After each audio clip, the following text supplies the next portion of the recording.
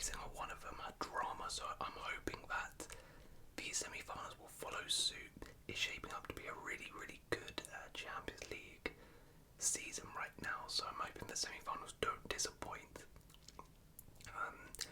And yeah, we of course predicted, if you did watch the quarterfinal review, you would know that we actually predicted every single tie right, so I did predict this would be our semi-final. You know, I'm a genius at predicting, so nah. Actually, that does remind me, I think we have a league on our predictor, which I haven't actually looked. We've got a couple of you in there. Yeah, okay, yeah. I'm in 4th place, not bad. Okay, yeah, we got about 9 of you in there. Credit to whoever is here at number 1.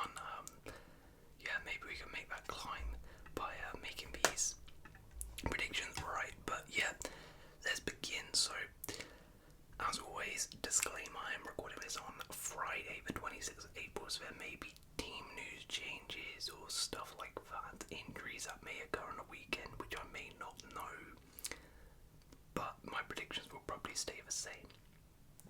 So firstly, Tuesday, the first semi-final is Bayern Munich versus Real Madrid. Bayern Munich versus Real Madrid.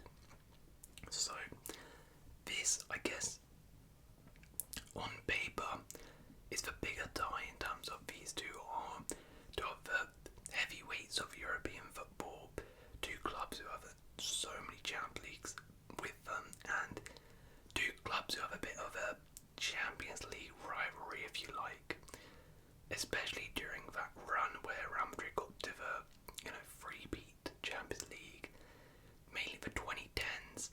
Real Madrid and Bayern, I don't know, maybe I need to fact check this or something, but for me it feels like they faced each other quite a lot during that period, so it's kind of a little bit of a rivalry. They haven't really faced each other in a while now, so we're back at it again. And I mean, based on history, from what I remember, Real Madrid have always been, I guess, the bogey team of Bayern Munich.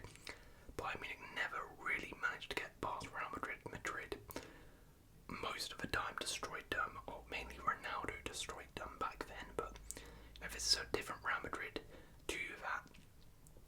Real Madrid side that Bayern usually lost to, so Bayern don't have the best record, I believe, against Real Madrid, but I'm not too sure how much that will actually feed into this game, because as I said, the two teams are very different from what they were before back then.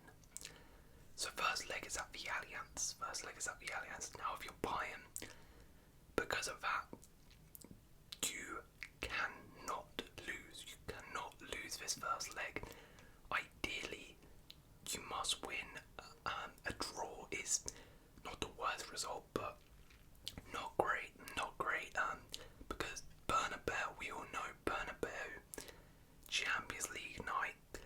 Very, very few teams in world football have gone there on a Champions League knockout night, especially in the second leg when Madrid need a result, and beating them at the Bernabeu is a tough task to do.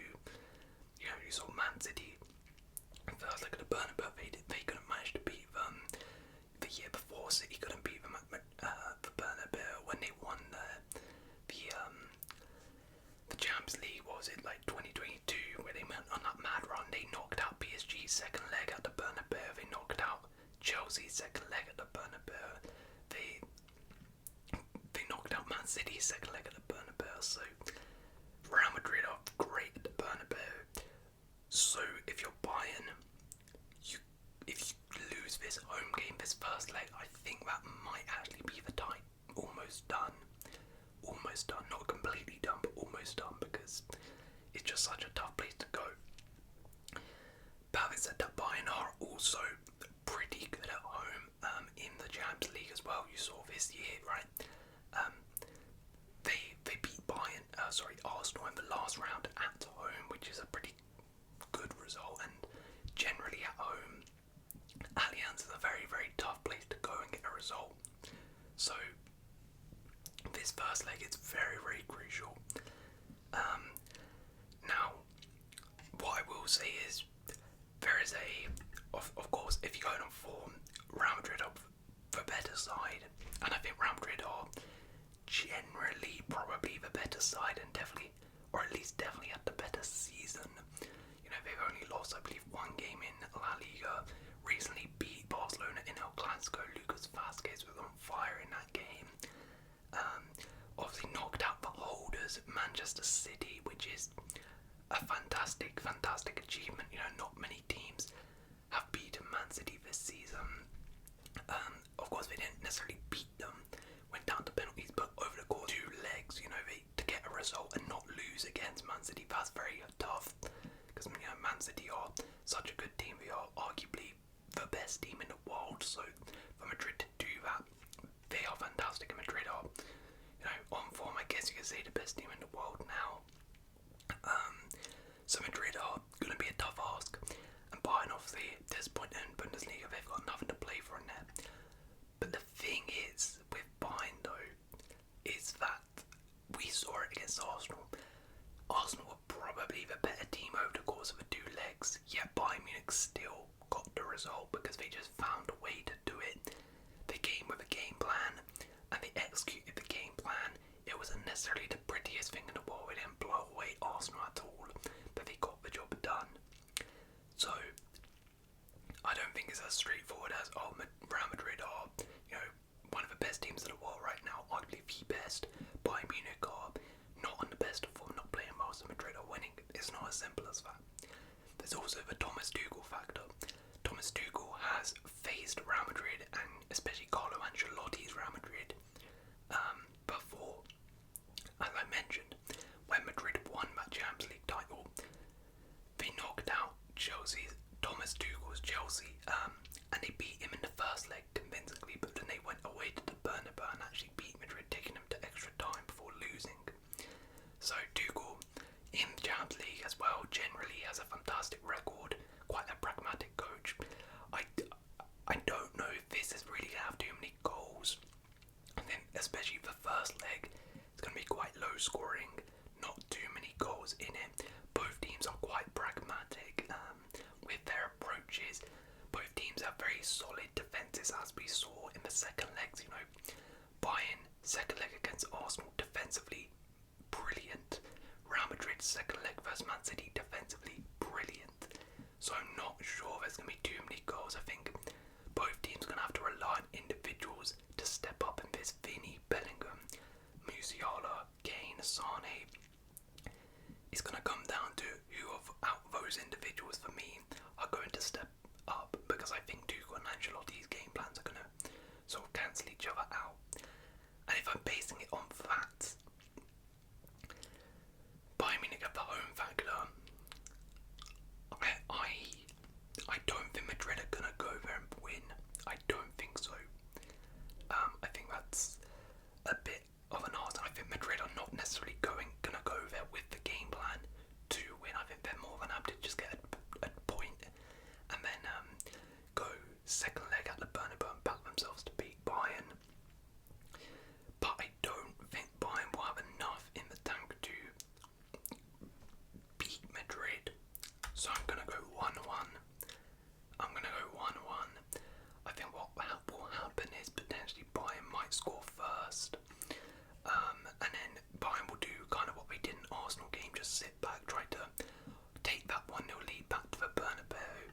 But then Madrid will go for it a bit more and they'll eventually score a goal. I think, as I said, there's going to be a big game for the individuals.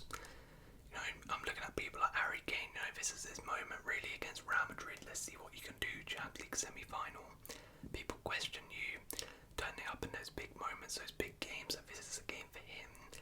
Same thing with Vinny and Rodrigo, Coman, Napoli.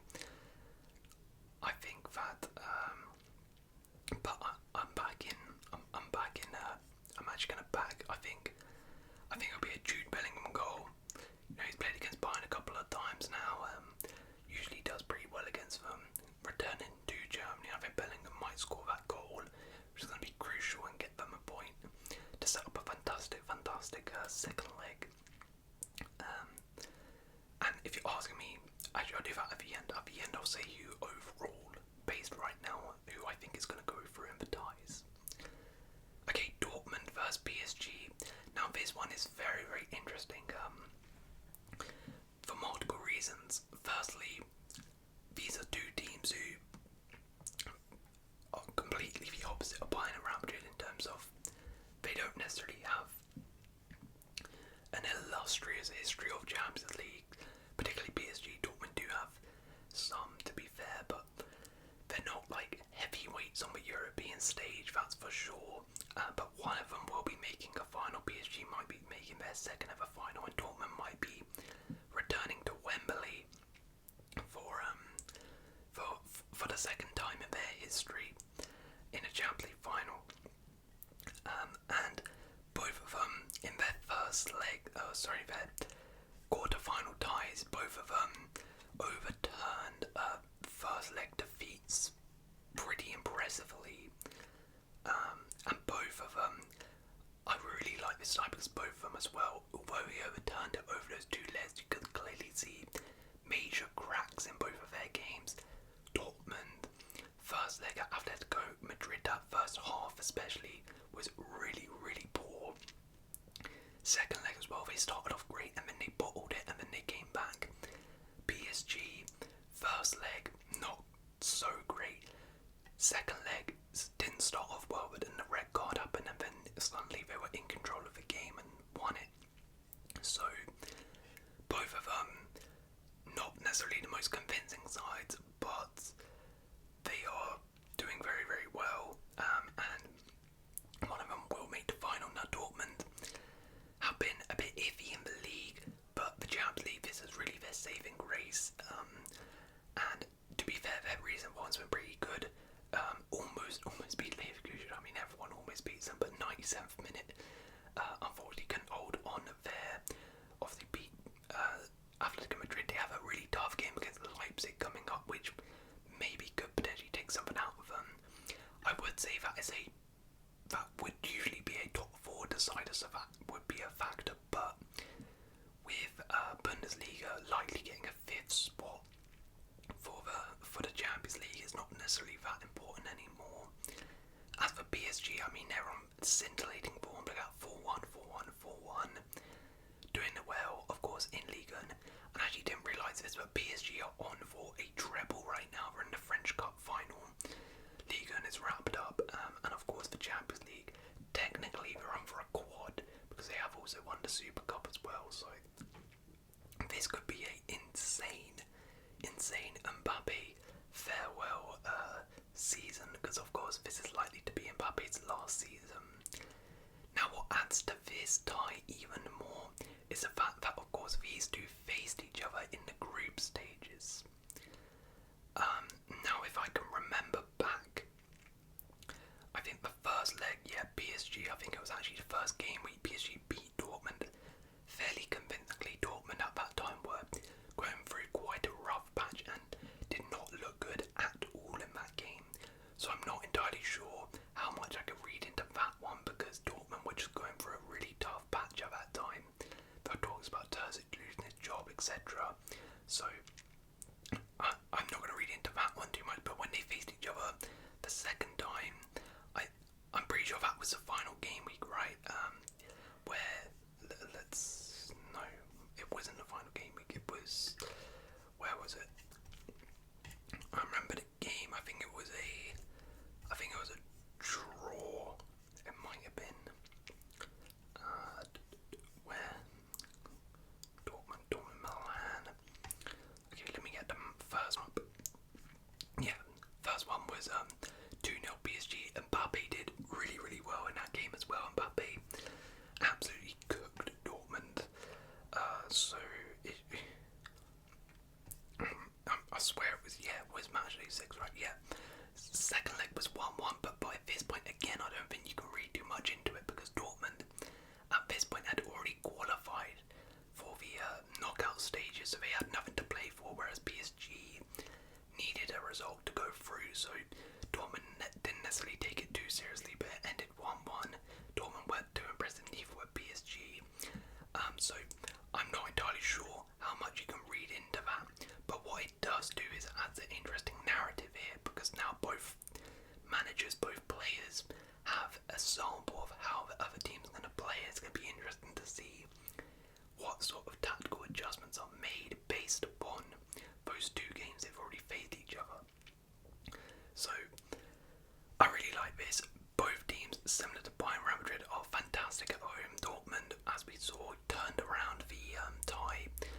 second leg at home with that crowd, the yellow wall, they are fantastic. So I think Dortmund are going to really be pushing for a home win in this tie. PSG, I mean, they did lose to Barca at home, but generally they're pretty good at home. The Mbappe factor, I mean, could be a major factor, will be a major factor. We saw for the Barca leg, the first leg he was anonymous, and what happened? PSG lost. Second leg, he turned up. What happened? PSG won. So if Dortmund can stop Mbappe, they win this. They win this, in my opinion. Will they be able to though? I don't think they can do as good as Dortmund Barca did against Mbappe. So I don't think they will. However, having said that, Dortmund at home, first leg, they're really going to be pushing for a victory. I actually think Dortmund will win the first leg 2-1. I think they will. I think Dortmund will score the first goal. I think it might actually be it'll go 1-0, and then Mbappe will maybe score and it'll be a 1-1. The full group will do well in this one, and then Dortmund will come out and get the second and win it 2-1, taking the lead into the second leg. Let's play the 2 times booster on that one. Actually, no, we'll go this one.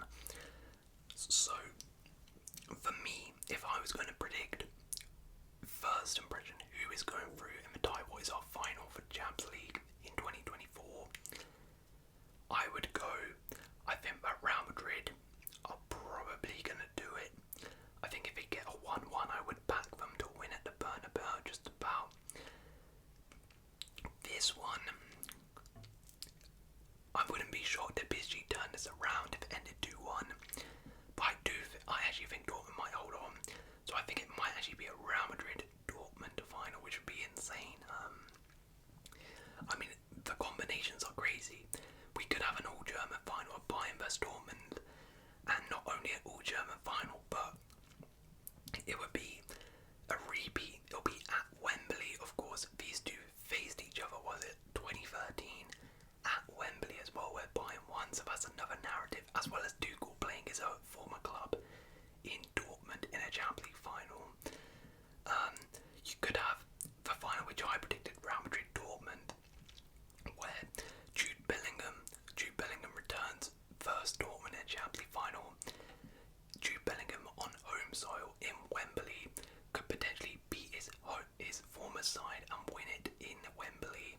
That would be some story, and add to his Ballon d'Or narrative if you like. You could have though this insane narrative of PSG Real Madrid, where Mbappe in his final season before he moves to Real Madrid faces them in a Champions League final, and he could potentially beat his next club in a Champions League final, which would be absolutely mental. Or he loses against Real Madrid in Champions League final, and then goes to Real Madrid, the team that beat him in the Champions League final. Or, like a Vinny or a Rodrigo, absolute turn up in the final, and Mbappe doesn't, and then it's like, oh, you know what, actually we don't want Mbappe. Or maybe even PSG win, and he's like, actually I don't want to stay at PSG. And then you have the PSG Bayern one as well, where it's another repeat of a final. PSG Bayern, what was it, 2020 Champions League final. Bayern beat PSG, and of course, who was PSG's manager then? Thomas Tuchel. Like, crazy. Mbappe, he gets one last redemption, and it's against the team that stopped him from winning it last time. And Tuchel, can he get his revenge against PSG? Like, man, the narratives, the storylines, they're there. We just need to find out which storyline, which narrative are we going to get. Personally, I think we're going to get the Jude Bellingham at home against his former club narrative, but what narrative storyline do you think is going to happen? Put your predictions for the Champions League semi-finals in the comments below. Who is making the Champions League finals? Hopefully you guys have enjoyed this video.